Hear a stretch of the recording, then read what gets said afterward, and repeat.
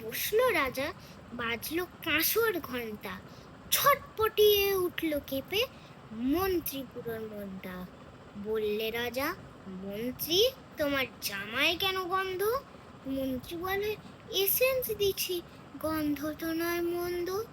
রাজা বলেন, মন্দ ভালো, দেখুক সুখে বদ্যি। বদ্যি বলে, আমার নাকি বেজায় হলো সত্যি। রাজা হাঁকেন, বলো তবে রামনারায়ণ পাত্র।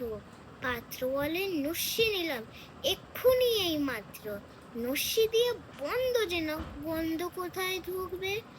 রাজা বলেন, কোটাল তবে এগিয়ে এসো শুকবে। কোটাল বলে, পান খেয়েছি, মশলা তাহে কর্পূর, গন্ধে তারই মুন্ড আমার একেবারে ভরপুর। রাজা বলেন, আসুক তবে শের পালোয়ান ভীম সিং। ভীম বলে, আজ করছে আমার সমস্ত গা ঝিমঝিম, রাত্রে আমার বুখার হলো, বলছি হুজুর ঠিকপাত। বলে ষোলো রাজসভাতে চক্ষু বুঝে চিৎপাত। রাজা শালা চন্দ্রকেতু তারেই ধরে শেষটা। রাজা বলেন, তুমি না হয় করো না ভাই চেষ্টা। চন্দ্র বলে, মারতে চাও তো ডাকাও না গো জল্লাদ, গন্ধ শুকে মরতে হবে এ আবার কি আহ্লাদ।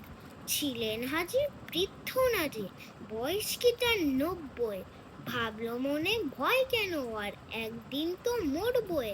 সাহস করে বললে বুড়ো, মিথ্যে সবাই বকছিস, শুকতে পারি হুকুম পেলে এবং পেলে বকশিস। রাজা বলেন, 1000 টাকা ইনাম পাবে সদ্য। তাই না শুনে উৎসাহতে উঠল বুড়োর মধ্য। জামার পরে নাক থেকে শুকলো কত গন্ধ, রইল অটল দেখলো লোকে, বিস্ময় বাক বন্ধ। রাজ্যে হলো জয় জয়কার, বাজলো কাঁসর ঢক্কা। বাপ রে কি তেজ বুড়োর হারে, পায় না সে যে অক্কা। নমস্কার।